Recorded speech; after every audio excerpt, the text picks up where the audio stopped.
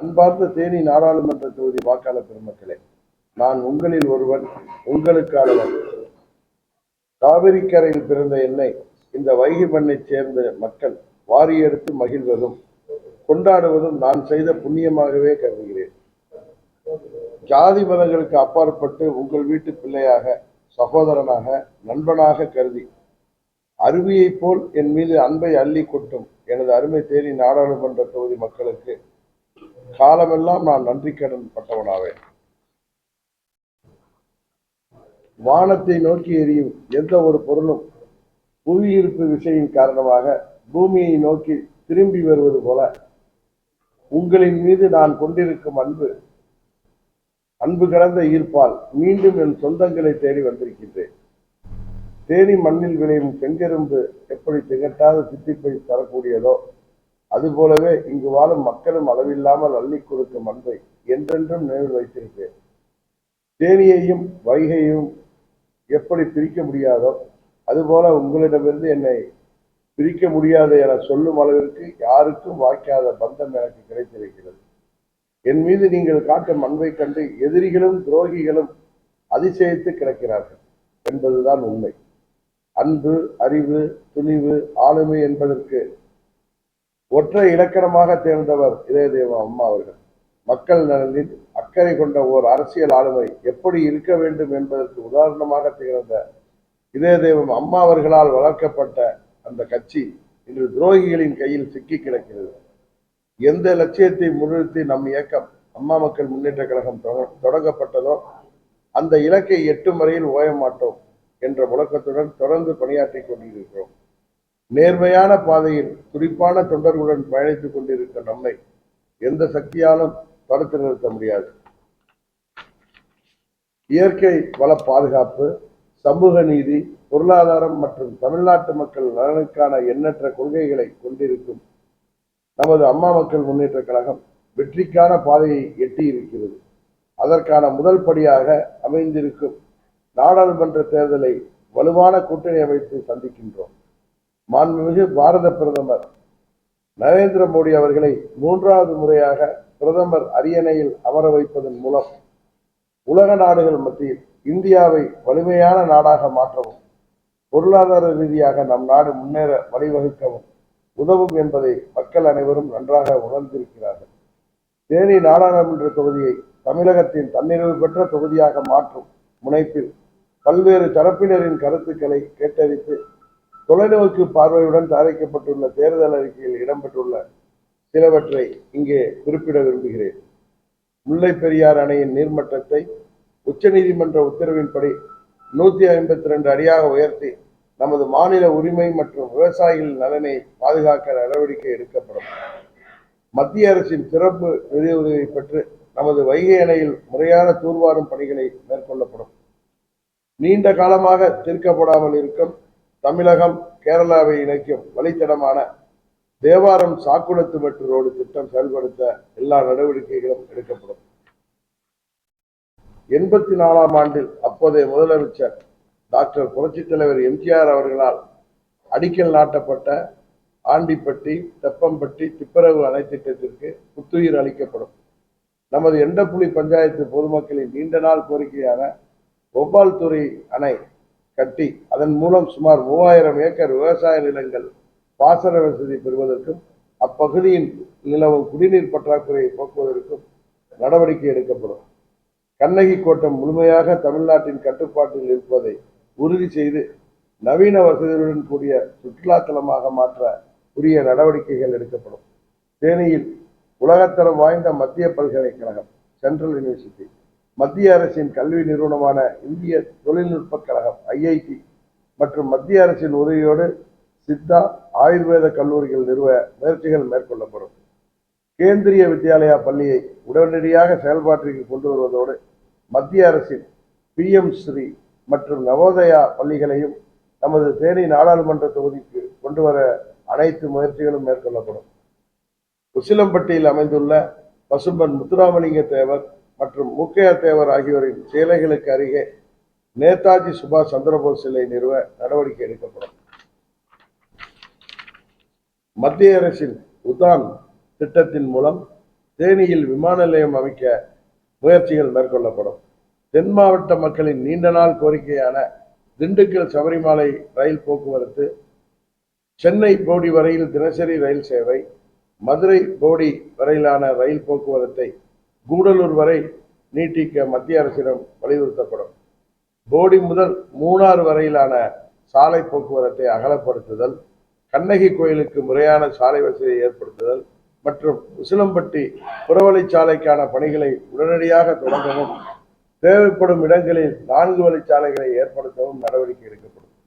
தேனி நாடாளுமன்ற தொகுதிக்குட்பட்ட அனைத்து சட்டமன்ற தொகுதிகளிலும் புதிய தொழிற்சாலைகள் தொடங்கப்பட்டு இளைஞர்களுக்கான வேலைவாய்ப்புகள் அதிகரிக்கப்படுவதோடு தொகுதி மக்கள் அனைவரும் நிலையான வருமானம் ஈட்டுவதற்கு தேவையான முயற்சிகளும் மேற்கொள்ளப்படும்.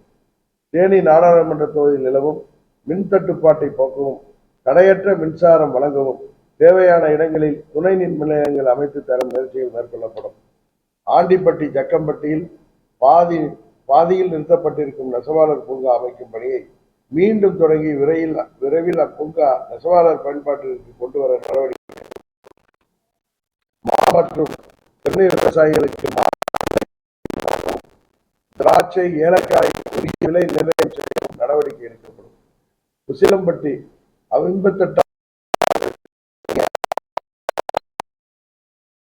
பயன்பாட்டிற்கு கொண்டு வர நடவடிக்கை எடுக்கப்படும். சோழவந்தான் சட்டமன்ற தொகுதிக்குட்பட்ட மேட்டுப்பட்டி, கச்சைக்கட்டி, தெத்தூர் பஞ்சாயத்திற்குட்பட்ட பகுதிகளில் 1975ஆம் ஆண்டு அன்றைய ஆளுநர் பிரபுதாஸ் பட்வாரி அவர்களால் பரிந்துரையின் பேரில் 1600 ஏக்கரில் தொடங்கப்பட்ட சர்வ சேவா கூட்டு பண்ணையின் மூலம் 40% விவசாயிகளுக்கு மட்டுமே பட்டா வழங்கப்பட்டுள்ள நிலையில் மீதி உள்ளவர்களுக்கும் பட்டா வழங்குவதற்கு தேவையான முயற்சிகள் மேற்கொள்ளப்படும். வைகை அணையை கட்டுவதற்கு தங்களின் சொந்த நிலங்களை தானமாக வழங்கிய கரட்டுப்பட்டி, கோயில்பட்டி, சாவடிப்பட்டி, சக்கரைப்பட்டி உள்ளிட்ட 19 கிராமங்களைச் சேர்ந்த மக்களின் கோரிக்கையின்படி 50 ஆண்டுகளுக்கு மேலாக நடைமுறையில் இருந்த வைகை அணையில் மீன்பிடி உரிமத்தை பறித்து தனியாருக்கு விடப்பட்ட ஏலத்தை ரத்து செய்து மீண்டும் அந்த கிராம மக்களுக்கு மீன்பிடி உரிமம் வழங்க நடவடிக்கை எடுக்கப்படும். தேனி நாடாளுமன்ற தொகுதிக்குட்பட்ட அனைத்து காவல் நிலையங்களிலும் நீண்ட காலமாக கரும்புள்ளி பட்டியலில் இருக்கும் கிராமங்களின் பெயர்கள் அப்பட்டியலில் இருந்து நீக்கப்பட்டு இயல்பு நிலைக்கு திரும்ப தேவையான நடவடிக்கைகள் மேற்கொள்ளப்படும். சோழவந்தான் சட்டமன்ற தொகுதிக்குட்பட்ட 15B மேட்டுப்பட்டியில் 6 ஆண்டுகளாக மூடியிருக்கும் அலங்காநல்லூர் தேசிய கூட்டுறவு சக்கர ஆலையை திறக்க தக்க நடவடிக்கை எடுக்கப்படும். சோழவந்தான் சட்டமன்ற தொகுதிக்குட்பட்ட சாத்தையாறு அணை முறையாக தூர்வாரப்பட்டு பராமரிக்கப்படுவதோடு முல்லை பெரியாறு வாய்க்கால் நீரை சாத்தையாறு அணையில் தேக்கி அப்பகுதி மக்கள் விவசாய தேவைகளுக்கு பயன்படுத்த தேவையான நடவடிக்கைகள் எடுக்கப்படும். தேனி நாடாளுமன்ற தொகுதிக்குட்பட்ட அனைத்து சட்டமன்ற தொகுதிகளிலும் கூட்டு குடிநீர் திட்டம், அனைத்து கிராமங்களிலும் சுத்தமான குடிநீர், பேருந்து வசதி, சாலை வசதி, கழிப்பறை வசதி மற்றும் சுகாதார வசதிகள் ஏற்படுத்தி தரப்படும். கிராமப்புறங்களில் சுயதொழில் தொடங்கும் பெண்களுக்கு கூட்டுறவு வங்கியின் மூலமாக வட்டியில்லா கடன் வழங்க ஏற்பாடு செய்யப்படும். மேகமலை, தும்மக்குண்டு மற்றும் பாலிப்பாறை பகுதிகளில் பூர்வ குடிகளாக வாழ்ந்து வரும் 18 கிராம மக்களை வெளியேற்ற முயற்சிக்கும் தமிழக அரசின் நடவடிக்கையை மனிதாபமான முறையில் அணுகி மத்திய அரசின் மூலம் அவர்களுக்கு அங்கேயே வசிக்க வழிவகை செய்யப்படும். சோழவந்தான், கம்பம், கடமலை, மயிலை உள்ளிட்ட தேவைப்படும் இடங்களில் அரசு கலை மற்றும் அறிவியல் கல்லூரிகளை தொடங்குவதற்கு தேவையான நடவடிக்கைகள் எடுக்கப்படும். மத்திய மாநில அரசு பணிகளுக்கான போட்டித் தேர்வினை கிராமப்புற இளைஞர்கள் எளிதாக எதிர்கொள்ளும் வகையில் இலவச பயிற்சி வகுப்புகள் நடத்தப்படுவதோடு 6 சட்டமன்ற தொகுதிகளிலும் அதிநவீன வசதிகளுடன் கூடிய பொது நூலகங்கள் கட்டித்தர நடவடிக்கை எடுக்கப்படும். தேனி நாடாளுமன்ற தொகுதிக்குட்பட்ட விளையாட்டு வீரர்கள் மாநில, தேசிய மற்றும் சர்வதேச அளவிலான போட்டிகளில் பங்கேற்கும் வகையில் அனைத்து சட்டமன்ற தொகுதிகளிலும் சர்வதேச அளவிலான விளையாட்டு மைதானங்கள் மற்றும் பயிற்சி மையங்கள் அமைத்து தரப்படும்.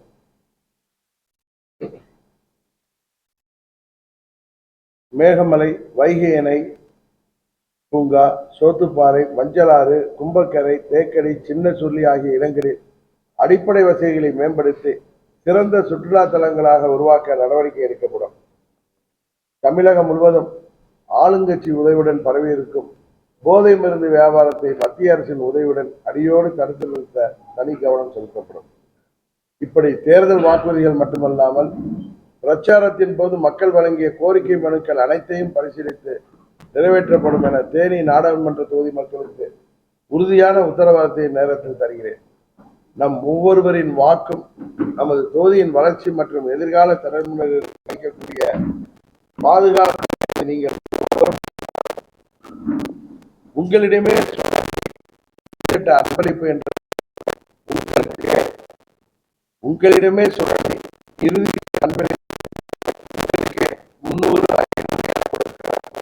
சூழ்ச்சியை ஆளும் கட்சியினரும் ஆண்ட கட்சியினரும் முன்னெடுத்து செய்து வருகிறார். அவற்றுக்கு இடமிட்டு ஏற்பாட வேண்டாம் என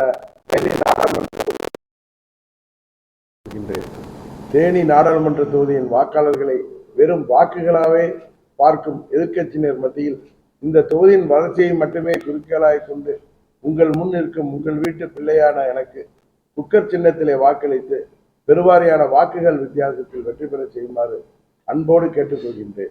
குக்கர் சின்னத்திற்கு நீங்கள் அளிக்கும் ஒவ்வொரு வாக்கும் நம் எதிரிகளையும் துரோகிகளையும் ஒரு சேர வீழ்த்தும் ஆயுதங்களாக இருக்கட்டும். இரவு பகல் பாராமல் இறுதிக்கட்ட தேர்தல் பணிகளில் மும்முரமாக ஈடுபட்டுக் கொண்டிருக்கும் அம்மா மக்கள் முன்னேற்ற கழகத்தின் அனைத்து நிலையிலான நிர்வாகிகள் மற்றும் தொண்டர்களுக்கும் தேசிய ஜனநாயக கூட்டணி கட்சிகளைச் சேர்ந்த தலைவர்கள், நிர்வாகிகள், தொண்டர்கள் என அனைவருக்கும் எனது மனமார்ந்த நன்றியை தெரிவித்துக் கொள்கிறேன். உங்களோடு இருப்பேன், உங்களுக்காகவே உழைப்பேன். வாக்களிப்பேன் குக்கர் சின்னத்திற்கு. நன்றி. எதுக்கு சொன்னா தேர்தல் பாத்தீங்கன்னா பணம், அதாவது திமுகவும் அதிமுகவும் இப்போ பணம் கொடுக்கறதுக்காக முயற்சி பண்ணிட்டு இருக்காங்க. அதனுடைய ஏதோ நடந்துட்டு இருக்கு அப்படின்னு சொல்லிட்டு ஒரு தகவல் வருது. இதை நீங்க எப்படி சார் பாத்தீங்க? மற்ற கட்சிகள் எப்படியோ, நான் உங்களுக்கு தெரியும் 99ல இருந்து இந்த தொகுதியில ஒரு 25 ஆண்டுகள் பிணைப்பு உள்ளவர். 99ல அம்மா வந்து இந்த தேர்தலில் அவங்க பேசுறது உங்கள் வீட்டு பிள்ளையாக பணியாற்றுன்னு சொல்லி தான் என்னை அறிமுகப்படுத்தினாங்க. எனக்கும் இந்த பகுதிக்கு சம்பந்தம் இல்லாததான். நான் அம்மா கூட அரசியல்ல கூட இருந்தவனா வந்து அம்மா 89ல போடியில இங்க போட்டிட்டப்ப வந்தவன் தான்.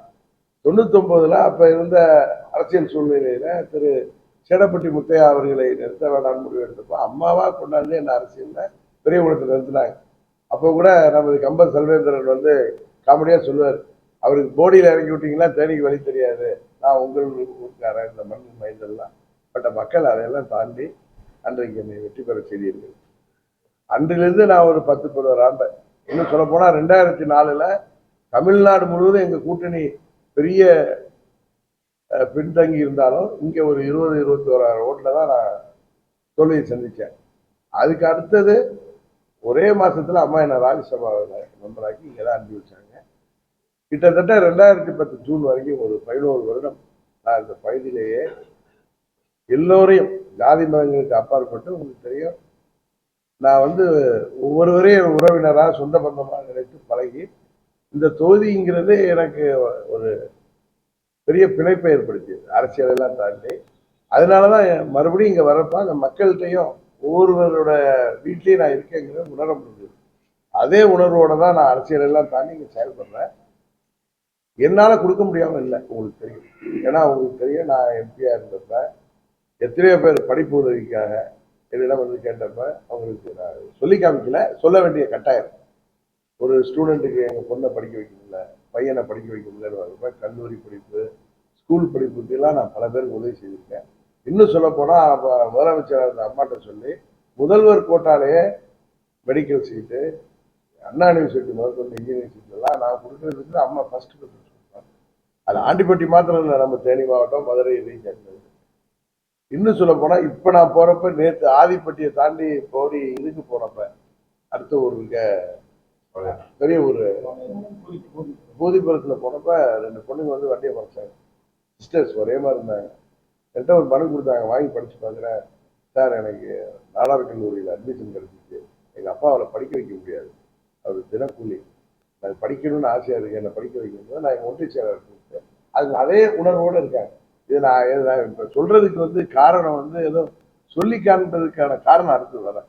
அவங்க எங்க ஒன்றிய செயலாளர் இருக்காருல, அவர்கிட்ட கொடுத்து இப்போ காலேஜில் பேசி எப்போ ஃபீஸோ கட்ட சொல்லுது. எலெக்ஷன் 19 வரைக்கும் தான் கட்டக்கூடாது, 20 கட்டினா கூட தப்பு இல்லை. தனிநபர் ஓட்டுக்காக அது கிடையாது. நீங்கள் கேட்டு அடுத்தது எப்போ மே ஜூனில் வரப்போ கட்டிட்டோம், என்கிட்ட வந்து பணம் வாங்கிக்கணும். ஒன்றிய செயலாளர்கிட்ட கொடுத்தேன். ஏன்னா கோயில்களுக்கு மற்ற இது கேட்கறது நான் வந்து எடுத்துட்டு வந்துடுவேன், தேர்தல் முடிஞ்சது செய்கிறேன். இது ஒரு பொண்ணோட படிப்பு என்னை வந்து ரோட்டில் மறைச்சி கேட்குறப்ப நான் அதை வந்து அவர்கிட்ட கொடுத்து என்ன ஸ்டடி பண்ணிட்டு வந்து என்ன சொல்லுங்க. அவங்க மே மாதமோ ஜூன் மாதம் 4வது காலேஜில் நான் பேசி அந்த பொண்ணுக்கு மறுபடியும் அட்மிஷன் கொடுக்க சொல்கிறேன்னு சொன்னேன். இது வந்து அரசியலெல்லாம் தாண்டி இந்த ஊரோட எனக்கு ஏற்பட்ட பிணைப்பு. அம்மா அவர்கள் எனக்கு ஒரு சர்வீஸ் பண்ண வாய்ப்பு கொடுத்தாங்க, செஞ்சோம். நான் போய் ஓட்டுக்கு மற்றவங்க மாதிரி பணத்தை கொடுத்து என் சொந்த பந்தங்களாக நினைக்கிறவங்களுக்கு 300 ரூபா 500 ரூபா 1000 ரூபாய் கொடுத்து ஓட்டு வாங்கும்போது எனக்கு அந்த உடன்பாடு இல்லை. நான் 99 இருந்தப்பையும் தெரியும், 2004 இருந்தப்பையும் உங்களுக்கு தெரியும். நான் அது மாதிரி செயல் செஞ்சல. ஆண்டிப்பட்டியில் கூட இவங்க டோக்கன் கொடுத்தவங்க வேற, அதையும் தடுத்து நிறுத்தினேன். ஆண்டிப்பட்டியில் எல்லாரும் ஒர்க் பண்ணேன். கடைசி நேரத்தில் அவங்க 6000 10,000 கொடுத்து எல்லாம் பதறிட்டாங்க. ஏன்னா இவ்வளோ ஒர்க் பண்ணியிருக்கோம், இவ்வளோ நல்லா இருக்காங்க பப்ளிக். நான் சொன்னேன் அதெல்லாம் வேணாங்க. வெற்றி எனக்கு சொன்னார், ஆனால் இந்த தொழிலெல்லாம் பணம்லாம் வேலை செய்யாதுங்க, உங்க மேலே அவ்வளோ ஈர்ப்பாக இருக்காங்க, உங்க தெரியுமா இருக்காங்கன்னு சொன்னார். அதுதான் உண்மை. ஏன்னா கொஞ்சம் மார்ஜினை குறைச்சி நேற்று நான் வந்து ஒரு ஊரில் தாய்மார்கள்ட்ட சொல்கிறப்ப சொன்னேன், அந்த 300 500 1000 உங்களை வந்து விலை பேசுவது எனக்கு வருத்தம். என் சொந்த பந்தத்தை இப்படி பேசுகிறாங்க, நீங்கள் பார்த்துங்க. அது எல்லாம் உங்கள்கிட்டேருந்து சொன்னப்பறம் நல்ல எதனா பேசுகிறேன். ஆண்டிப்பட்டியில் ஆர்கே நகரில் ஒரு மீனவ தாய் சொன்னதை சொன்னேன், எங்கள்கிட்ட இருந்து கொள்ளையடிச்சு எங்கள் சுருக்கு பையிலேருந்து எடுத்து எங்கள்கிட்ட கொடுக்குறாங்க. அது மாதிரி அது என்னன்னு அவங்க புரிஞ்சுக்குவாங்க. அதற்காக வாக்களிக்க மாட்டார்கள் என்பது எனக்கு தெரியும். ஏன்னா மீண்டும் நான் வரணும் அப்படிங்கிற எதிர்பார்ப்பு இருந்தது எனக்கு தெரியும், உங்களுக்கு தெரியும். நான் போகும்போதும் அவங்க சொல்றது, இந்த முறை உங்களுக்கு வாய்ப்பு கொடுப்போம், 2004 நாங்கள் உங்களுக்கு வாய்ப்பு கொடுக்காது அவங்க அதை ஃபீல் பண்றாங்க.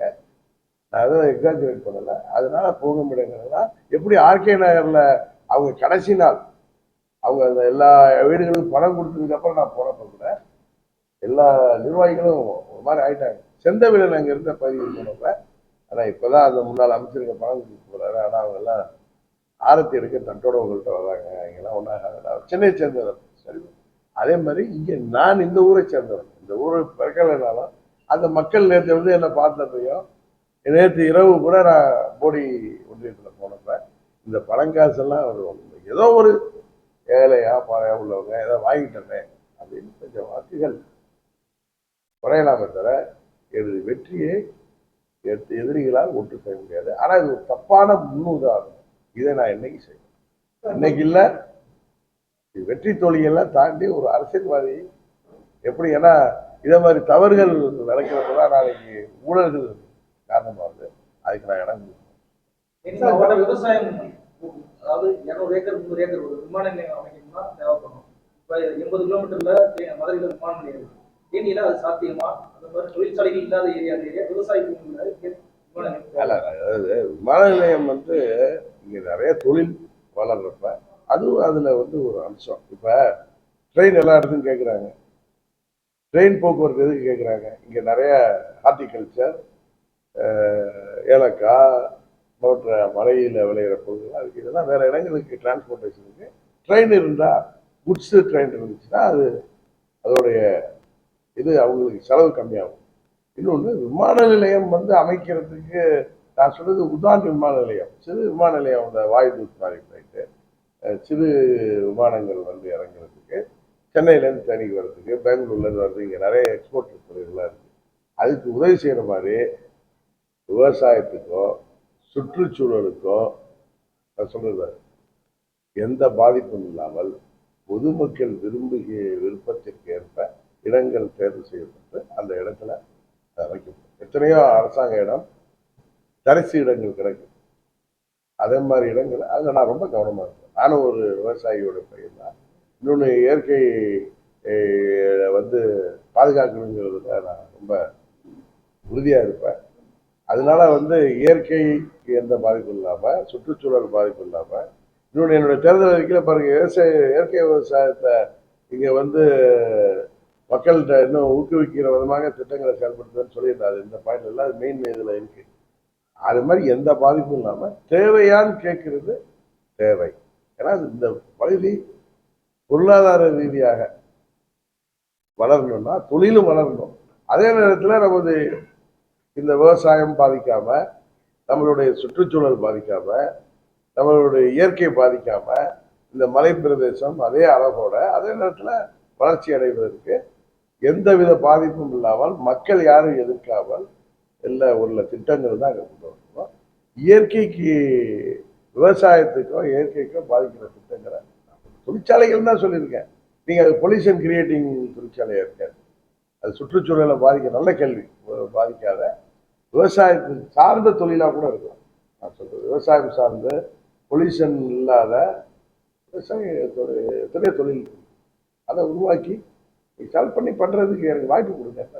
அதை நான் அதுக்கு தகுந்த மாதிரி நம்மளுக்கு பெரிய வரப்பிரசாதமாக 3வது முறை மோடி அவர்கள் தான் மத்திய அரசு பிரைம் மினிஸ்டர் அவராக இருக்கிறாரு. அந்த கூட்டணியில் நான் அங்கே வைக்கிறேன்.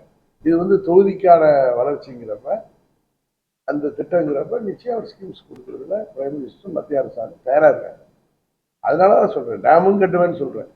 கரெக்டா? ஏன்னா வவ்வால் துறை டேம் முன்னிலேருந்து என்று சொன்னது. அது மாதிரி உங்களுக்கு தெரியாது, திப்பரவு வெப்பம்பட்டி அணையை அம்மா இருந்தப்ப மறுபடியும் அதை நாங்கள் எடுத்து ஸ்டடி பண்ணோம். அதுக்குள்ளார 2006 அம்மாவுடைய ஆட்சி முடிஞ்சிச்சு. அதனால எங்களால் முடியல. அதே மாதிரி இங்கே நிறையா திட்டங்கள் உங்களுக்கு சொல்றதுக்குன்னா இந்த மக்கள் கேட்ட திட்டங்கள் தான். நம்ம ஆண்டிப்பட்டி மருத்துவக் கல்லூரியாக இருக்கட்டும், சேடப்பட்டி கூட்டு குடிநீர் திட்டமாக இருக்கட்டும், நாங்கள் கொண்டு வந்த அது மாதிரி அடுக்கத்துக்கு சாலை எல்லாமே மக்கள் விரும்பிய திட்டம் தான்.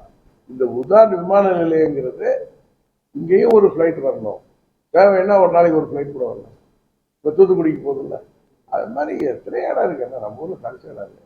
அது விமான நிலையம் வச்சு நீங்கள் சொல்கிற மாதிரி இயற்கை வளத்துக்கோ விவசாயத்துக்கோ அது மாதிரி சுற்றுச்சூழலுக்கோ எந்த பாதிப்பும் இல்லாத தொழிற்சாலைகளும் திட்டங்களும் வளர்க்கும். அதுதான் நல்லது. நீங்கள் கேட்டது அதை சொல்லி சார், இப்ப சில நாடுகள் சில பேப்பர்கள் பார்த்தீங்கன்னா கருத்து கணிப்பு போட்டுருக்காங்க. அது திமுக அதிக இடங்களை கைப்பற்றுற மாதிரி தான் ஒரு கருத்து கணிப்பு தொடர்ந்து வந்துருக்கு. இதை நீங்க எப்படி பாக்குறீங்க? அது அவங்களுடைய கருத்து, அதை அவங்க கணிக்கிறாங்க. மக்களுடைய கருத்து கணிப்பு என்னங்கிறத ஜூன் 4 தெரியும். சார், தமிழகத்திலேயே அதிக வாக்கு வித்தியாசத்துல திமுக தேடி தொகுதியில் வேணும் அப்படின்னு முதல்வர் சொல்லுங்க. அது அவருடைய ஆசை, அவர் சொல்றாரு. அது மக்கள் தானே இதெல்லாம் இறுதி எஜமானர்கள், அவங்க தீர்ப்பளிக்க போறாங்க. ஜூன் 4 சாயங்காலம் தெரிஞ்சிட போகுது உங்களுக்கு. அவர் எதிர்பார்ப்பு மக்கள் நிச்சயம் உறுதியாக அவருக்கு தோல்வியை தருவார். சார், திப்புரு ஆணையை பற்றி சொல்லியிருந்தீங்க உங்களுடைய தேர்தல் அறிக்கையில. இதே பாத்தீங்கன்னா அந்த வசநாடு பகுதியிலையும் ராஜபாளையம் விருதுநகரை இணைக்கிறதுக்காக அந்த கிழவன் கோயில் சாலை கிழவன் கோயில் சாலை அது நீங்க சொல்லப்படல. இது மத்திய அரசாங்கத்தினால அந்த வனத்துறை எனக்கே தெரியும். அங்க இந்த சாம்பல் அணி மல்லபுரம் மயிலாடுதுறை வந்தவங்க நாங்க, உங்களுக்கு தெரியும். அங்க அந்த சாம்பல் அணில்கள் பிரச்சனை இருக்கு, ரொம்ப ஸ்லோவா தான் பண்ணாங்க. எனக்கு இங்க உள்ளது எல்லாமே மெமரியில் இருக்கு. கிழவன் கோயில் எல்லாம் இணைக்கிறது. இப்ப பாத்தீங்கன்னா அங்க போடப்பட்ட சாலைகளே இப்ப ஃபாரஸ்ட் டிபார்ட்மெண்ட் அம்மா இருந்தப்ப நாங்க மத்திய அரசுல நம்ம பர்மிஷன் வாங்கி வனத்துறையில போடப்பட்ட சாலைகளை இன்னைக்கு திரும்ப போட முடியாமல் 2006க்கு அப்புறம் நானே அங்க போனெல்லாம் வாலிப்பாறை மூலக்கடை எல்லாம் தாண்டி கூட இல்லை. அங்கெல்லாம் தப்பு குண்டுகள்லாம் போறப்ப தப்புட்டுலாம் போக முடியல. அது காரணம் மெயினா காரணம் வனத்துறையோட நடவடிக்கையை நான் தவறு சொல்லலை. அதே மனிதாபிமான அடிப்படையில அங்க வாழ்ற 10,000 பூர்வ குடிகளை அங்கிருந்து வெளியேற்றுங்கிற முயற்சியா மனிதாபிமான அடிப்படையில் அணுகி அங்க அவங்களை தங்க வைக்கிறதுக்கான அனைத்து ஏற்பாடுகளையும் செய்ய முடியும். அது மாதிரி இந்த கிழவன் சாலையை நான் மறக்கல, அடுத்த கட்டமா வச்சுக்கேன். நான் சாக்குளத்துமெட்டு சாலையை நான் என்னுடைய இதுல சேர்க்கல பார்த்தேன். ஏன்னா அது ரொம்ப நாள் கோரிக்கை. அதுல ஃபாரஸ்ட் தான் வாங்கணும்.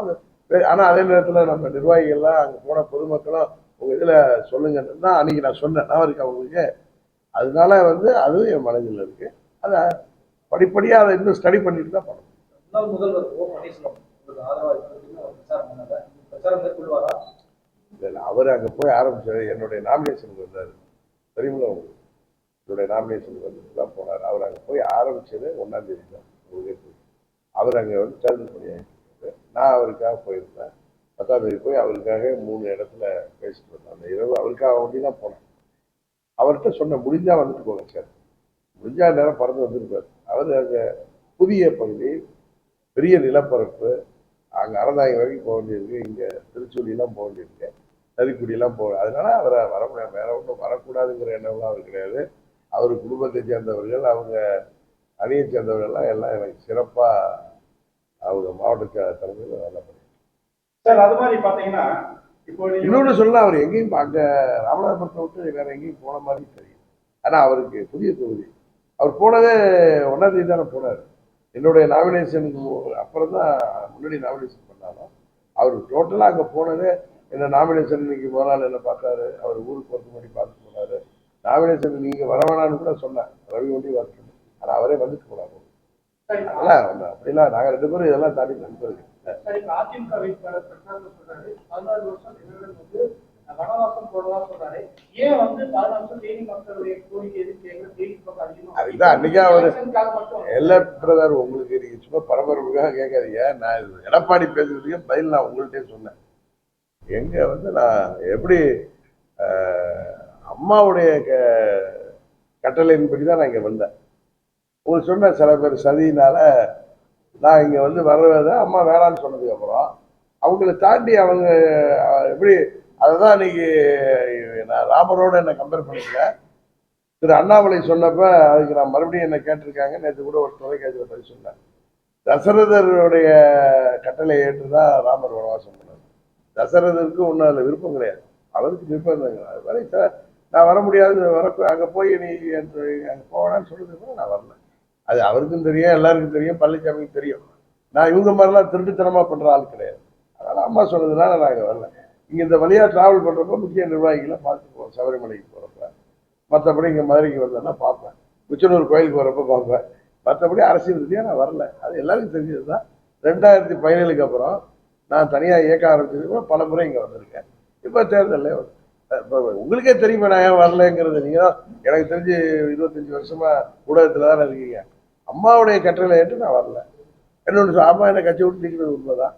அதுக்கு அம்மா வந்து ராமர் வனவாசம் போகிறதுக்கு தசரத எந்த நிர்பந்தத்தில் அவருக்கு அந்த கட்டளை இட்டாரோ அது மாதிரி அம்மா எனக்கு எதுக்காக கட்டளை இட்டாருன்னு எனக்கு தெரியும்.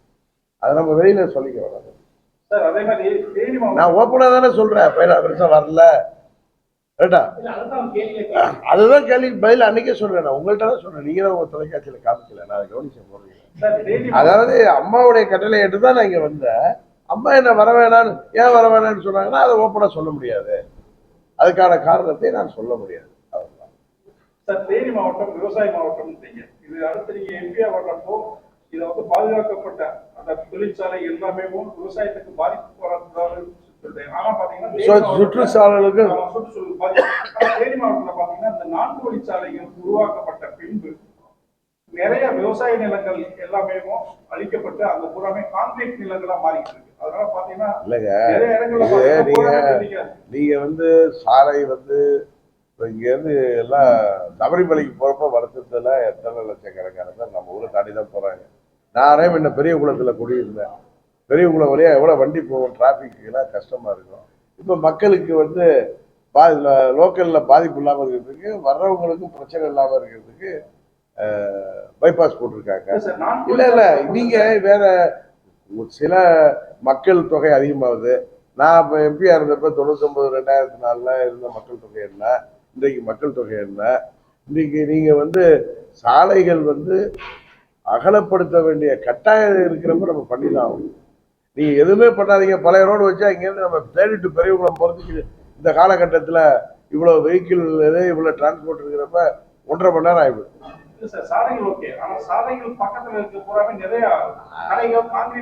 அது வந்து மக்கள் வந்து அந்த நிலத்து ஓனர்கள் தங்க தொழில் வளர்ச்சிக்காக ஒரு ஜனத்தொகை பெருக்கிறப்ப இதெல்லாம் இயற்கையா வீடுகள் இப்ப ஊருக்குள்ளெல்லாம் வீடுகள் இப்ப தேனி டு பெரியகுளம்னு கொஞ்ச நாள்ல இணைஞ்சிட போகுது. அது மக்கள் தொகை அதிகமானப்ப எல்லாம் வீடு கட்டுறாங்க இல்ல, வீடுகளும் வருது, கடைகளும் வருது. அது பிரைவேட் பீப்புள் கட்டக்கூடாதுன்னு சொல்றீங்களா நீங்க? அரசாங்க கட்டடங்கள் கிடையாது. இது உங்க கேள்வி எனக்கு புரியல. அண்ணாமலை சார் வந்து பரப்புரைக்கு வந்தபோது அதிமுக வேட்பாளர்கள் எல்லாம் கான்ட்ராக்டர்கள் அப்படி பார்த்தா போகிறார்கள். தேனி அதிமுக வேட்பாளர் நீங்க ரொம்ப நாள் நாராயணசாமி எங்க கட்சியில பல இருந்த பிரமுகர் அவர். நான் இருந்தப்பலாம் சென்னையில தொழில இருந்தாரு. அவர் இப்ப 30 கேண்டிடேட் போட்டா 30 பேர் சொல்லுவார். அவர் ஒரு தொழில இருந்தவர். இப்ப இங்க நிறைய பேர் இப்ப இங்க அரசியல்ல கட்சி பணியில இருந்து கட்சி பணியாற்றுறவங்க இருப்பாங்க. கரெக்டா? நீங்க ஒன்றிய செயலாளரோ நகர செயலாளரோ மாவட்ட செயலாளரோ ஏதாவது பொறுப்புல இருந்து கட்சி பணியாற்றுறவங்க இருப்பாங்க.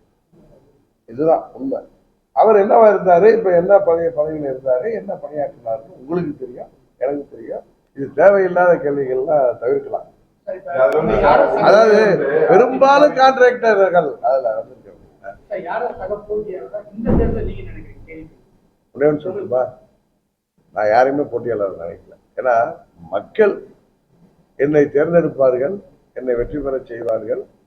இந்த பகுதி மக்கள் என்னோடு என்ன சுவாசத்தோடு கலந்தவர்கள். அதனால என்னை வெற்றி பெற செய்வார்கள் என்கிறது எனக்கு 100% நம்பிக்கை இருக்கு. அதனால நான் யாரையும் போட்டியாளர் தான் நினைக்கிறேன். சார், இப்ப 1999 நீங்க வந்து மக்களவை களம் காணும் போது உங்களை எதிர்த்து போட்டியிட்டவர் வந்து அதிமுகவிலிருந்து பிரிந்து திமுகவில் இணைந்தவர். 20 ஆண்டுகளுக்கு பிறகு இப்ப நீங்க போட்டியில் இருக்கும்போது உங்களை எதிர்த்து போட்டியிடுறது அதே அதிமுகவிலிருந்து பிரிந்து திமுக. அதிமுக வந்து அமமுக என்னுடைய வேட்பாளராக நின்று கரெக்டா 2019 பார்லிமெண்ட் கேண்டிடேட் போனவர். அது சிலது அதெல்லாம் ரிப்பீட் ஆகிறது. நம்ம அதுக்கு நான் என்ன பதில் சொல்றேன், நீங்க கோயில் பதவி போயிடும் அப்படின்ற ஒரு அச்சத்தினால கன்னி கோயில் விவகாரத்துல யாரும் தலையிட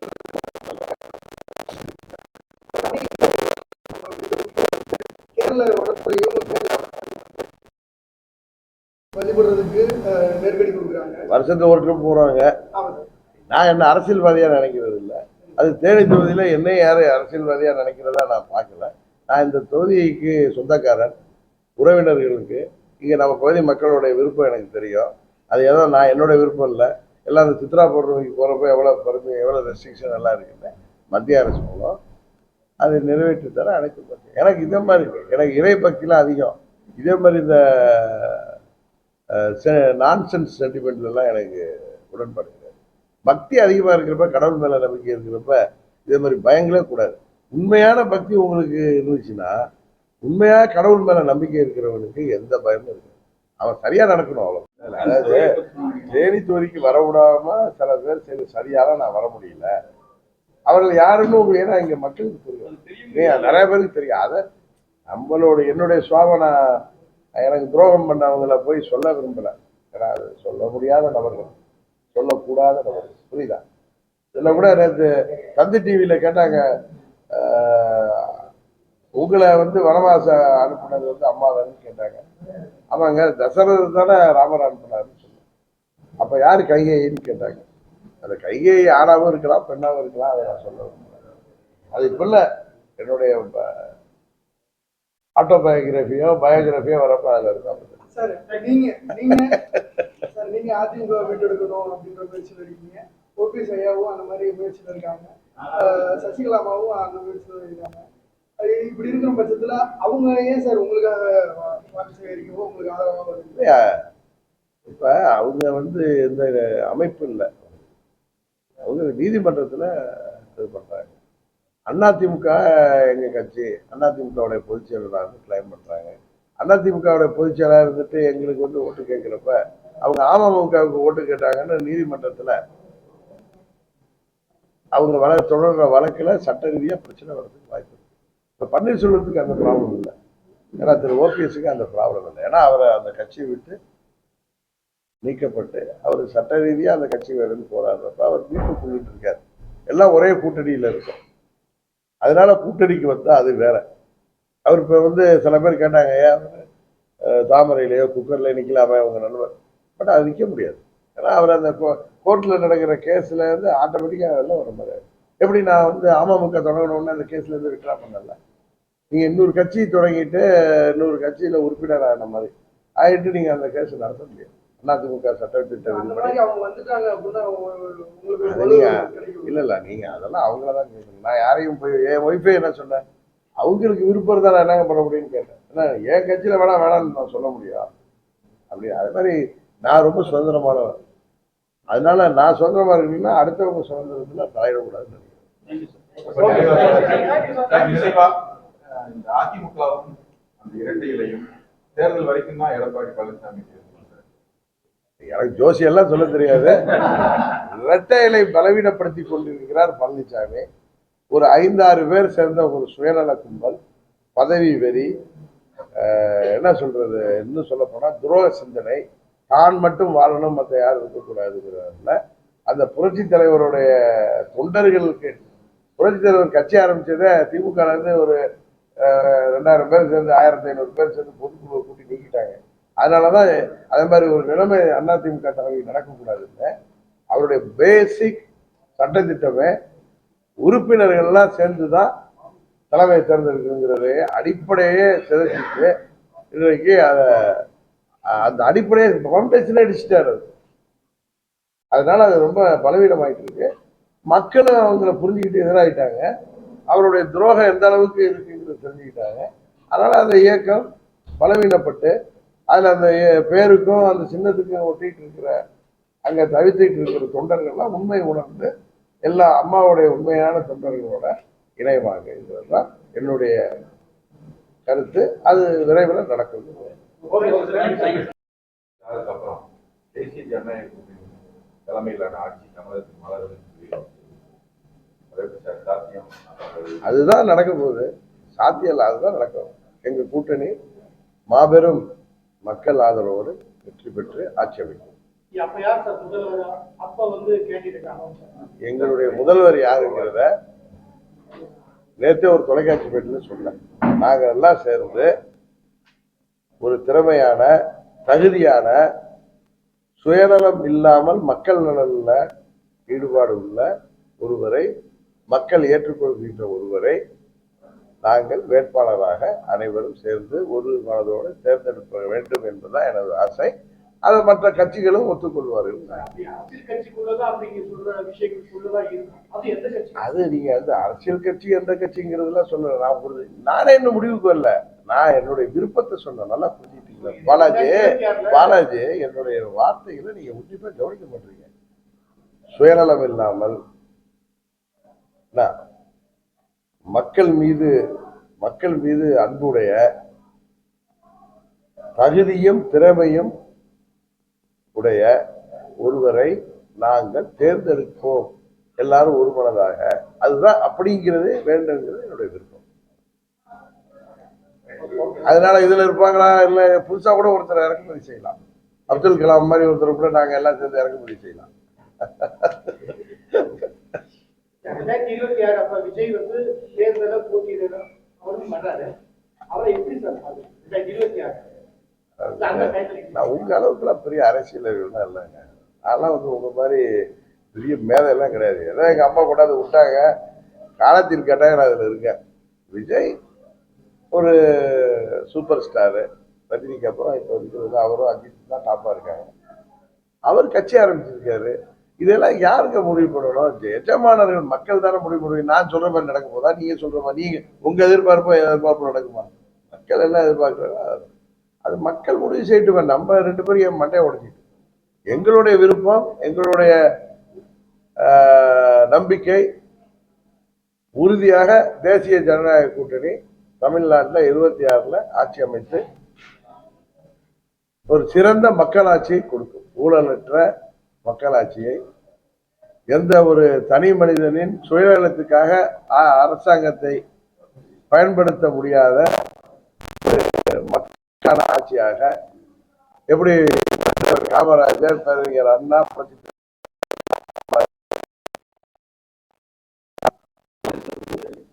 எலெக்ஷனுக்கு பிறகு அதுக்கு பிறகு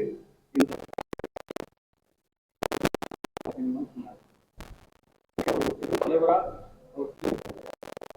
வந்து ஊருக்கு போய் கூட்டணி கட்சிகள் அண்ணாமலை இங்க என்ன பேசுறாரு, ராமநாதபுரத்தில் என்ன பேசுறாரு, நீங்க சொன்னாதானே நான் போய் சொல்ல முடியும். நீங்க பேசும்போது ஜூன் 24 பிறகு ஜூன் 4 பிறகு தொண்டர்கள் எல்லாம் உங்களுக்கு பின்னால வருவாங்க அப்படின்னு சொன்னாரு. சரி, அங்கே அதே மாதிரி கருத்து சொன்னாரு. அப்படி இருக்கும்போது நீங்க ஒரு கட்சியினுடைய தலைவரா தமிழகம் முழுக்க போய் பிரச்சாரம் பண்றீங்க. இங்கேயும் இங்கே ஒரு வேட்பாளர் இருக்கு. அதே பன்னீர்செல்வம் ஒரு கட்சியினுடைய தலைவரா தன் அறிஞர் சொல்லிட்டு இருக்காரு. ஆனா அவர் அந்த தொகுதியை விட்டு வெளியே வர முடியாத சூழ்நிலை இருக்கும்போது அவர்கிட்ட எப்படி தொண்டர்கள் போவாங்க? அன்றைக்கே பாலாஜி கேட்டார் கரெக்டாக அன்றைக்கி ஆண்டிப்பட்டி ஆஃபீஸில் உங்கள் பின்னாடி வருவாங்கன்னு சொல்கிறாங்களே அண்ணாமலை. அப்புறம் பன்னீர்செல்வம் வந்து அதிமுக மீட்பேன்னு சொல்லி திரு பன்னீர்செல்வம் வந்து போராடிட்டு இருக்காருன்னு கேட்டார். அண்ணாமலை உங்களை தானே சொல்லுங்க. அப்படி இல்லை, அண்ணாமலை சொன்னது திரு அண்ணாமலை டிடிவி தினகரன் சொன்னால் அதில் எப்பயுமே ப்ராக்கெட்டில் பன்னீர்செல்வம் இருப்பார். திரு ஓபிஎஸ்ன்னு சொன்னார்னா ப்ராக்கெட்டில் பன்னீர்செல்வம் இருப்பார். அவர் எங்கள் 2 பேரையும் சகோதரர்களாக பார்ப்பாரு. எங்கள் 2 பேரையும் அவர் வந்து ரொம்ப நட்பு ரீதியாக எங்கள் 2 பேரோட பழகுவார். எப்பயுமே நீங்கள் அவர் இனிமேல் எப்போ பேசினாலும் டிடிவி தினகரன் சொல்லி பேசினார்னா அதில் ப்ராக்கெட்டில் ஓபிஎஸ்சி சேர்த்து சொல்கிறாருன்னு அர்த்தம். ஓபிஎஸ் பற்றி பேசினார்னா அதில் டிடிவி தினகரனும் ப்ராக்கெட்டில் இருக்காருன்னு அர்த்தம். அதனால் இந்த குழப்பம்லாம் உங்களுக்கு புரிஞ்சிடும். ஓபிஎஸ் இன்றைய நிலைமையில் அவர் வந்து மக்கள் விரும்பக்கூடிய ஒரு நல்ல மனிதர், நல்ல தலைவர் தான் அவர். அவர் தொகுதியை விட்டு வெளில வர முடியாத சுச்சுவேஷன் என்னன்னா, ஒரு புதிய தொகுதி புதிதாக போய் அங்கே போட்டிடுறாரு. அதனால கவனம் செலுத்தி வெற்றி பெறணுங்கிறது அங்கேருந்து வர முடியாத சூழ்நிலை இருக்காரு. அதை வந்து தவறாக பார்க்க முடியாது. நானே இப்போ தேடினால 10 நாள் வெளில போயிட்டு வர்றேன். நானே போய் வேற ஏதோ ஒரு தொகுதிக்கு போனால் அங்கே வரணும் இங்கே வரணும்னு கட்சிக்காரங்க சொல்லுவாங்க, பொதுமக்கள் எதிர்பார்ப்பாங்க. இப்போ இங்கேயே நீங்கள் இங்கே வரணும் அங்கே வரணும்னு சொல்லி என்னால் போக முடியாதுன்னு என் ஒய்ஃப் இப்போ கூட போயிட்டு வராங்க. அது வேற ஒன்றும் இல்லை, மக்கள் எதிர்பார்ப்பா நிர்வாகிகள் சொல்லுவாங்க. அதுமாரி திரு பன்னீர்செல்வம் அவர்கள்ட்ட நான் பார்த்த கூட முடிஞ்சா வாங்கிட்டு தான் சொன்னேன். அதுமாரி அண்ணாமலை கூட சொன்னார், அண்ணா பன்னீர்செல்வம் அங்கே வருவாருன்னு கூட பேசினார். அதனால போக முடியாத காரணம், ஒரு பெரிய தலைவராக இருக்கிறவரோ ஒரு தலைவராக இருக்கிறவரோ தொகுதியை விட்டு வெளில போக முடியலன்னா அவங்க தலைவர் இல்லைன்னு சொல்றது அது எனக்கு தெரியல எவ்வளவு தூரம் சரி. வாக்குப்பதிவுக்கு ஓரிரு நாட்கள் தான் இருக்கும் இந்த சூழ்நிலையில அதிமுகவும் திமுகவும் எப்படி கள்ள கூட்டணி அது தொடர்றதுன்னு நினைக்கிறீங்க? ஆமா, சில இடங்கள்ல திமுக வேட்பாளர் உங்களுக்கு எல்லாம் தெரியும், சும்மா என்கிட்ட கேட்குறீங்க. இந்த ஊர்ல வந்து எனக்கு ஓட்டு போடலைன்னா அண்ணா திமுக ஓட்டு போடுங்கன்னு ஓட்டு கேட்டிருக்காரு. அது அங்கே உள்ள எங்க நிர்வாகிகளை சொல்லியிருக்காங்க. அதே மாதிரி அன்னைக்கு டிவியில பார்க்குற திரு பாஜக மூத்த தலைவர் ராஜா திருவண்ணாமலையில இவங்க பத்திரிகையாளர் சந்திப்புல சொல்றாரு, இங்க அமைச்சர் வேலு வந்து திமுக ஓட்டு போடுங்க, இல்லாட்டி போடலன்னா அண்ணா திமுக போடுங்கன்னு சொல்லி ஓட்டு கேட்கிறாரு. அவங்க எங்களுக்கு வந்து என்டிஏ கூட்டணி பார்த்து பயப்படுறாங்கன்னு சொல்லியிருக்காரு. இங்க இருந்து திமுக வேட்பாளர் அப்படி கேட்டதாகவே நமது ஆண்டிப்பட்டி யூனியன்ல ரெங்க சமுத்திரத்திலேயோ நாச்சியார்புரத்திலேயோ அந்த பகுதியில கேட்டதா அன்னைக்கு நான் போனது சொன்னேன். நிர்வாகி பாதிப்பு ஏற்படும். எங்க வெற்றிய இருவரும் சேர்ந்த திமுகவுக்கு அந்த கஞ்சா வியாபாரத்துக்கும் மக்கள் விரோத நடவடிக்கைகளுக்கும் போதை மருந்து வியாபாரத்துக்கும் எதிராக மக்கள் ரொம்ப கோபப்படுறாங்க. இங்க வந்து விவசாயிகள்ல இருந்து அனைத்து தரப்பு மக்களும் அதை அடிக்கிட்டே போலாம். எந்த தேர்தல் வாக்குறையும் காத்துல பறக்குது, சரியா? அதனால திமுக மேல ஏன்டா பழனிசாமி மேல உள்ள கோபத்துல நம்ம இவருக்கு ஆட்சி கொடுத்தோம் தெரிவிப்பாக நினைச்சு, அதனால திமுக மேல ஒரு மாபெரும் அதிருப்தி எதிர்ப்பலை இருக்கிறது, உங்களுக்கு தெரியும். அந்த ஓட்டுகள், அதனால எதிர்ப்பு ஓட்டுகள்லாம் என்டிஏ கூட்டணிக்கு வந்துடக்கூடாதுங்கிறதுனாலதான் பழனிசாமி அவரும் தானே சொன்னாங்க, திரும்ப சொல்றேன், கிளிப்புள்ள மாதிரி சொல்லிட்டு தரேன், கள்ள கூட்டணி வைத்துக் கொண்டு திமுகவுக்கு எதிரான ஓட்டுகளை இவங்க வேட்பாளரை வச்சு புரட்சி தலைவர் சொன்ன ரெட்டலையை காட்டி மக்களை, குறிப்பா பாமர மக்களை ஏமாற்றி அந்த ஓட்டுகளை பிரிச்சா எங்களுக்கு வராதுன்னு நினைக்கிறாங்க. அதுதான் உண்மை, அது கிடையாது. மக்கள் அதெல்லாம் தெளிவா இருக்காங்க, தெளிவா வாக்களிப்பாங்க. இங்கேன்னு இல்லை, எல்லா இடங்கள்லையும் எனக்கு தெரிஞ்சு அதிமுக 3வது இடத்துல தான்.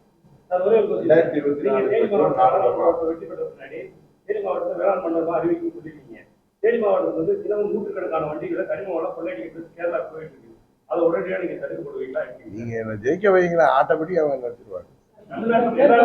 நீங்க நான் ஜெயிச்சுட்டேன்னு தெரிஞ்சா ஜூன் 4ஆம் தேதி சாயங்காலம் மக்கள் எல்லாம் நீங்க எல்லாம் சேர்ந்து என்ன ஜெயிக்க வச்சுட்டீங்கன்னா இந்த இல்லீகல் ஆக்டிவிட்டிஸ் எல்லாம் தானா இருந்துடும்.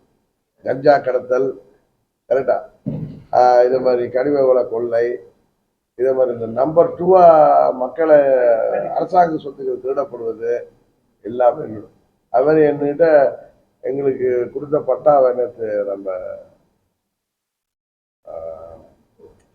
கோடாங்கிப்பட்டியில் அங்கே நம்ம பட்டியலின மக்கள் என்னை பார்த்து ஒரு ஒரு அப்ளிகேஷன் கொடுத்தாங்க. அதில் எங்கள் 97 பேருக்கு வழங்கப்பட்ட பட்டா, ஆதி திராவிடர் நலத்துறையில் வழங்கப்பட்ட பட்டா, இன்னைக்கு ஒரு தனியார் வந்து இது எங்களுக்கு உள்ளது, நீங்கள் காலி பண்ணுங்கன்னு சொல்லி மாட்டுறாரு. நீங்கள் வந்துட்டீங்க, இதை சரி பண்ணி கொடுங்கன்னு கேட்டாங்க. அது மாதிரி எந்த மூலமுடுக்கில் நடந்தாலும், இங்கே மாத்திரம் இல்லை, மதுரை மண்டலத்தில் எங்கே தப்பு நடந்தாலும் எனக்கு வரும். அதை நம்ம சரி பண்ணுற இடத்துல நம்ம அது சரி பண்ணிடுவோம். அப்படிதான் இருக்கா? அதுங்களா நீங்க சொல்றீங்க? இப்போ இந்த தேர்தல்ல உங்களுக்காக உங்க மனைவி வந்து தீவிர வாக்கு சேகரிப்பு. இது வந்து வருங்காலங்களில் தொடருமா? சட்டமன்ற தேர்தலில் போட்டியிடுறது அல்ல, அவங்க அரசியலுக்கு வர விருப்பம் இல்லை. அவங்களுக்கு விருப்பம் இருந்தா எந்த ஒரு என் ஒய்ஃபுங்கிறதுக்காக அரசியலில் வர விருப்பப்படுறாங்கன்னு வச்சுங்க. அதை நான் வந்து எங்க கட்சியில வேணா நீ வேணான்னு சொல்ல முடியும். இப்போ என் மகள் இருக்கு, அது திருமணம் ஆயிட்டு, அது ஒரு பெரிய காங்கிரஸ் குடும்பத்தில் கட்டி கொடுத்துருக்கோம். அந்த குடும்பத்திலேருந்து என் பொண்ணை எலெக்ஷன் விருப்பப்படுறாங்கன்னு வச்சுங்க. ஏன்னா என் மகளோட கணவரோட தாத்தா வந்து எம்பியா இருந்தவர் தெரியும் உங்களுக்கு. அவருக்கு அதுக்கு முன்னாடி இருந்த தாத்தா பெரிய காங்கிரஸ்ல பெரிய தலைவர். காமராஜருக்கு ரொம்ப பக்கபலமா இருந்தது தெரியும் உங்களுக்கு, கேள்விப்பட்டிருப்பீங்க, கிருஷ்ணசாமி வாண்டியார். இப்போ என்னோட சம்பந்தியே வந்து அங்க மாவட்டத்தில் அவங்க ஒரு அவங்க நாளைக்கு சொல்றேன், அவங்க நேரத்தில் சொல்ல முடியாது. ஒரு தனிநபர் இன்னொன்று எத்தனையோ வேட்பாளர் தப்பு. ஆனா தனியுடைய விருப்பம் இருக்கும். என் விருப்பத்தை வந்து அதெல்லாம் கிளியரா சொல்றாங்க.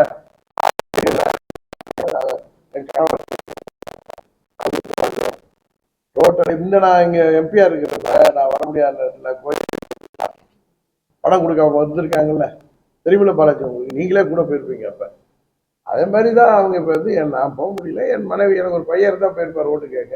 ஏன் வார்டு நம்ம முனிசிபாலிட்டி வார்டு எலெக்ஷன்லயே நம்ம வீட்டு பண்டிகைகள் பிள்ளைகள்லாம் ஓட்டு கேட்பாங்களே, அதே மாதிரி தான் போகிறேன். அவங்களுக்கு அரசியலுக்கு வர்ற விருப்பம் இல்லை, அதுதான் உண்மை. பார்க்க முடியுது.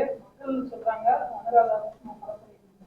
நீங்க அடுத்த ஜெயலலிதாவா வரணும் அப்படின்னு சொல்லி ஒரு சில இடங்கள்ல அவங்க சொல்றதை பார்க்க முடியுது. இன்னொன்னு சொல்லிட்டுமா, எங்க கட்சிக்காரங்களா நான் கனடா பண்றத பெரியால நல்ல சாமியில நீங்க போய் எங்கேயாவது சொல்ல நல்ல சுத்துங்க, அங்கேயும் அனுப்புவீங்க, அங்க எல்லாம் கூப்பிடுறாங்கன்னு சொல்றாங்க. எங்க கூட இருக்கிறவங்க எல்லாம் ஜரா வந்து சார் ஃபேஸ்புக்ல போய் நீங்க காணும் சார், சோசியல் மீடியால நம்ம ஆளுங்க நம்ம ஏஎம்எம்கே ஐடிவிங்களே நீங்க ஒண்ணுதான் வரீங்க, அவங்க 10 வந்துட்டு இருக்காங்க அப்படின்னு கனடா பண்றாங்க. இன்னும் சில நிர்வாகிகள் எங்களுக்கு பரவாயில்ல, நாங்கெல்லாம் சிஸ்டர் அணியில இருக்கோம், நீங்க எல்லாம் அந்த வயசான பரவாயில்ல இவரை பார்த்து சொல்லி நீங்க வேணா அவரோட இருங்க அப்படின்னு சொல்லி கனடா பண்ணிக்கிறாங்க. அது அவங்க என் ஒய்ஃப் ரொம்ப மெச்சூர்டு, அவங்க கரெக்டாக ஹேண்டில் பண்ணுவாங்க. அவங்க சொல்ற அந்த குக்கர் முகம், அதாவது என் முகம் குண்டா இருக்குல்ல, அதுக்காக அவங்க சொல்லன்னு சொன்னாங்க. அது பயங்கரமா வைரல் ஆயிட்டாங்க. இன்னொன்று அவங்களுக்கு என்னன்னா, நான் அவங்க அத்தை பையன் தான். நீங்க பாக்குறப்ப நல்லா லட்சணமா இருக்கீங்கன்னு சொல்றீங்கல்ல, அதுல அவங்களுக்கு கொஞ்சம் பொறாம, அதனால அப்படி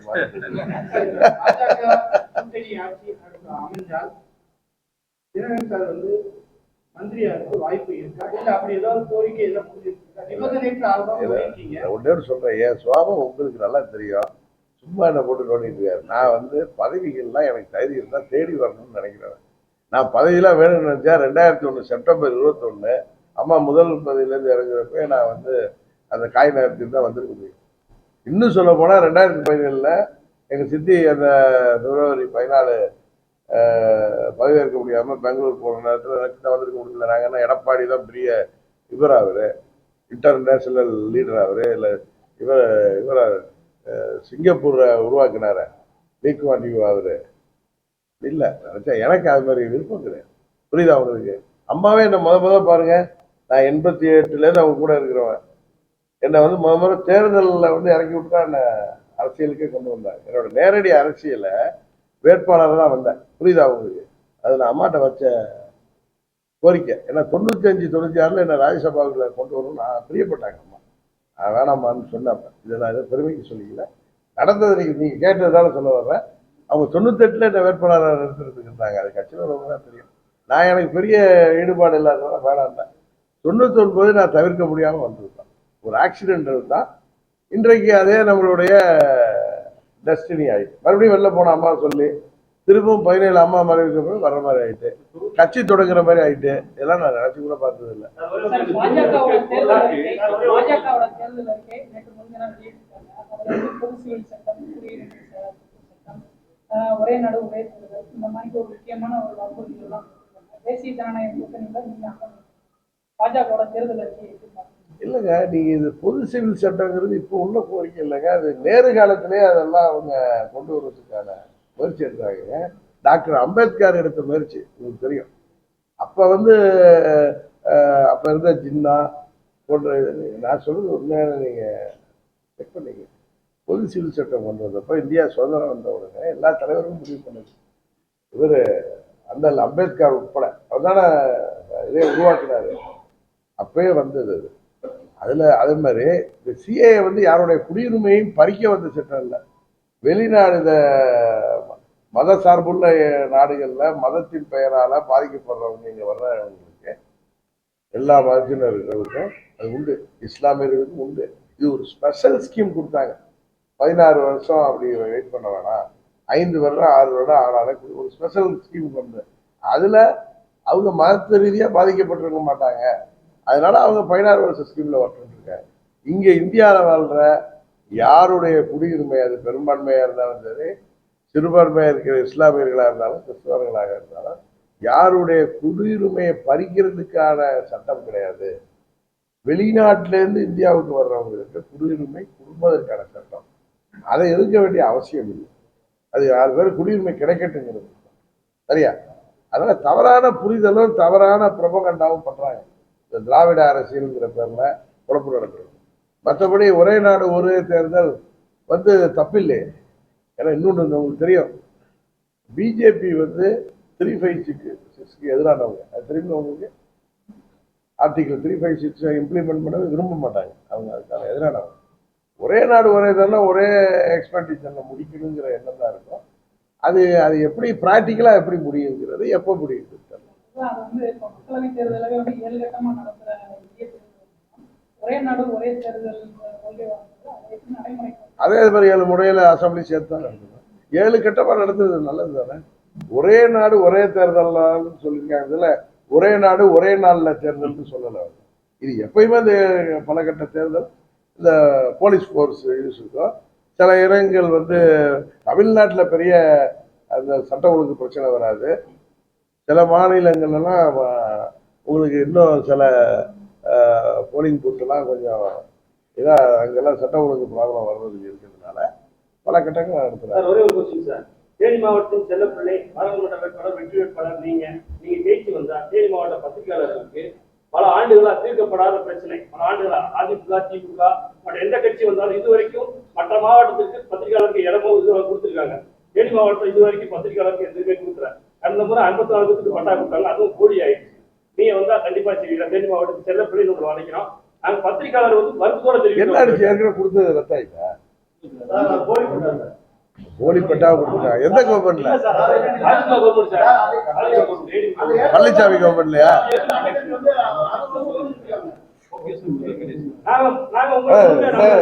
பழனிசாமி கவர்மெண்ட் தானே. போன முறை தங்க தமிழ் பேட்டி கொடுக்கும் பொழுது நாங்க ஆட்சிக்கு வந்தா உங்களுக்கு கண்டிப்பாக 5 சென்ட் இடம் தருவோம் சொன்னாரு சார். இது வரைக்கும் 3 எவ்வளவு பேர் இருக்கீங்க? இது வரைக்கும் கொடுக்கல. எவ்வளவு பேர் இருக்கீங்க? 118 பேர் இருக்கு சார். 118 பேர் இருக்கு சார். சரி, மாவட்ட நிர்வாகிகள் இருக்கு சார். போன முறை 54 பேர். 118 பேர்னா எத்தனை ஏக்கர் வரும்? ஒரு 10 ஏக்கர் வருமா? 10 ஏக்கர் நல்ல இடத்தை பார்த்து நம்மளே வாங்கிடுவோம்.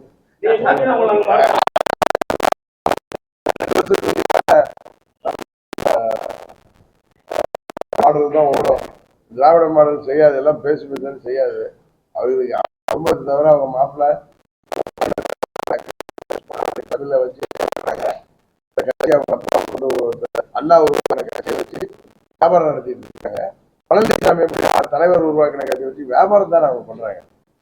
இது ஈஸ்ட் இந்தியா கம்பெனி, கிழக்கு இந்தியா கம்பெனி வியாபாரம் செய்ய வந்த கம்பெனி அரசியல் பண்ண ஆரம்பிச்சாங்க. இப்ப இங்க திமுக அண்ணா திமுகங்கிற அண்ணா உருவாக்கிய அரசியல் இயக்கமும் தலைவர் உருவாக்கிய அண்ணா திமுகவும் அம்மா கட்டி காத்த அண்ணா திமுக திமுக ரெண்டு கட்சியும் அந்த அமைப்பை இன்னைக்கு வியாபார ரீதியா பயன்படுத்துறாங்க. அதாவது அரசியல் கட்சிகள் வியாபாரம் பண்ண போயிட்டாங்க. இங்கிலீஷ்காரன் பண்ணதை, ஈஸ்ட் இந்தியா கம்பெனி பண்ணதை இவங்க ரிவர்ஸ்ல பண்றாங்க. வியாபார நோக்கத்துல தான் அந்த ஆட்சிகள் நடக்குது. இது உண்மைதானே?